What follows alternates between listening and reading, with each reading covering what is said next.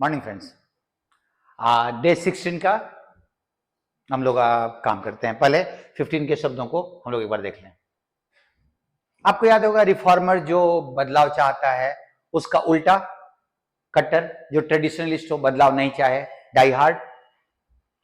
Pick किसी चीज के बारे में असंतोष, ईर्ष्या, द्वेष।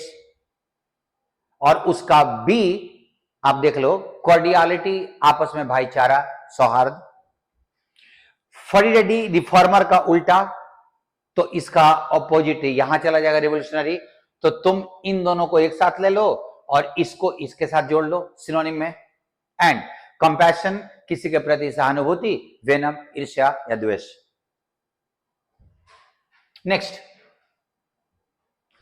If you mind someone's behaviour, किसी के बिहेवियर को अगर आप बुरा मानते हो तो यू एक्चुअली बिग्रज इट। बिग्रज याद है ना, किसी चीज के बारे में रिजेंटमेंट रखना, नाराजगी रखना। ट्रू है वो। A persistent feeling of animus, ill will, hate will make you nourish rancor. Rancor का मतलब भी animus और rancor दोनों सिनोनिम था. So it's true. One who is lenient towards something, lenient मतलब नम्र हो किसी चीज को लेके, बहुत ज्यादा कठोर ना हो. It's said to be foggy. Foggy याद है? कट्टर किसी बात को लेके, नहीं बदलाव चाहने वाला, फॉल्स हो जाएगा.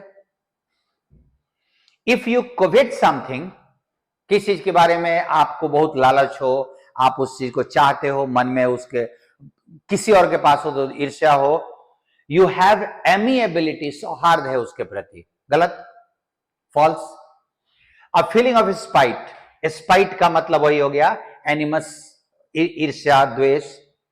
मेक यू रिएक्शनरी, रिएक्शनरी जो चीजों को कट मतलब बदलाव नहीं चाहे, कोई आपस में कनेक्शन नहीं है. चलिए, अकीन, अकीन के साथ एक्चुअली टू लगता है, अकीन टू, मीनिंग सिमिलर का ही. कॉरस्पॉन्डिंग का भी मतलब सिमिलर होता है. फैसिलिटेट, हॉबल और स्टीमी का मतलब होता है किसी चीज को हॉबल, स्टीमी, क्रिपल, इंपीड, थ्वार्ट, हैंडीकैप, पैरालाइज, ये सारे एक दूसरे के सिनोनिम हैं, जिनका मतलब होता है कि इस चीज में बाधा पहुंचाना, उसको मतलब उस प्रक्रिया को, उस चीज को बाधित कर देना, ये सारा. और फैसिलिटेट का मतलब हो गया उसको और आसान बना देना. फैसिलिटी से, फैसिलिटेट का मतलब उसको आसान कर देना. एक्सपेडाइट का मतलब होता है उस प्रक्रिया को और तेज करना, अच्छा करना. तो तुम्हारा एक्सपेडाइट इन सब का ऑपोजिट हो गया. हैम्पर भी बाधा पहुंचाने वाला होता है.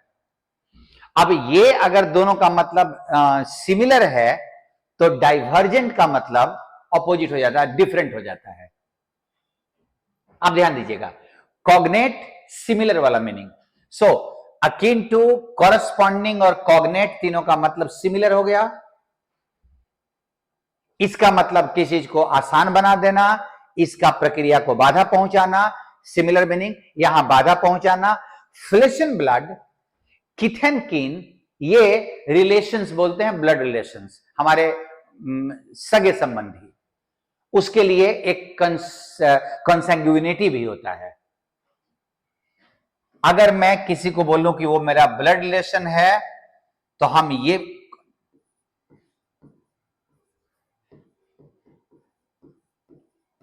ही इज कंसैंग्यूनस अगर मैं बोलूं तो भी वही होता है. इसका ये एडजेक्टिव है कि he is relative, blood relative.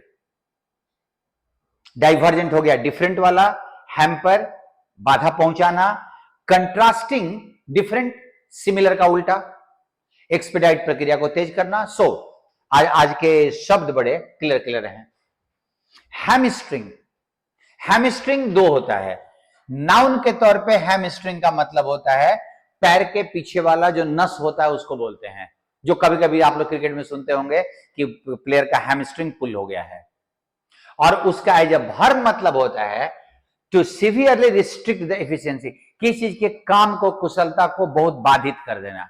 और बाधित करने के लिए हैंडीकैप, हॉबल, क्रिपल, हैम्पर, थ्वार्ट, इंपीड, पैरालाइज, स्टिमी, सब। और उसका उल्टा प्रक्रिया को और आसान बना देना, तेज कर देना।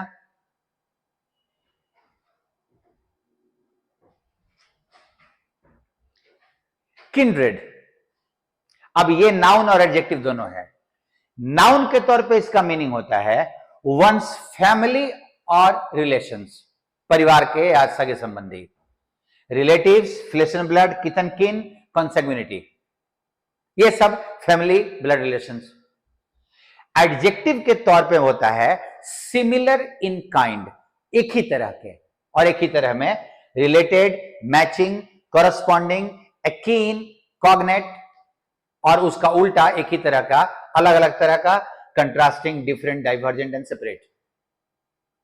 सो आपके पास आज वाले वर्ड्स में भी कुछ नए नए तो वर्ड्स थे ही थे सीखने के लिए, और कुछ अच्छे अच्छे वर्ड्स भी मिले हैं। आई होप आपको अच्छा लगा होगा। आप अपने रिविजन्स को कंटिन्यू रखिएगा, क्योंकि रिवीजन बहुत जरूरी है। ये आपने वर्ड्स को समझा, सुना, रिवीजन उसको टिकाएगा। See you with the next video. Thank you to all of you.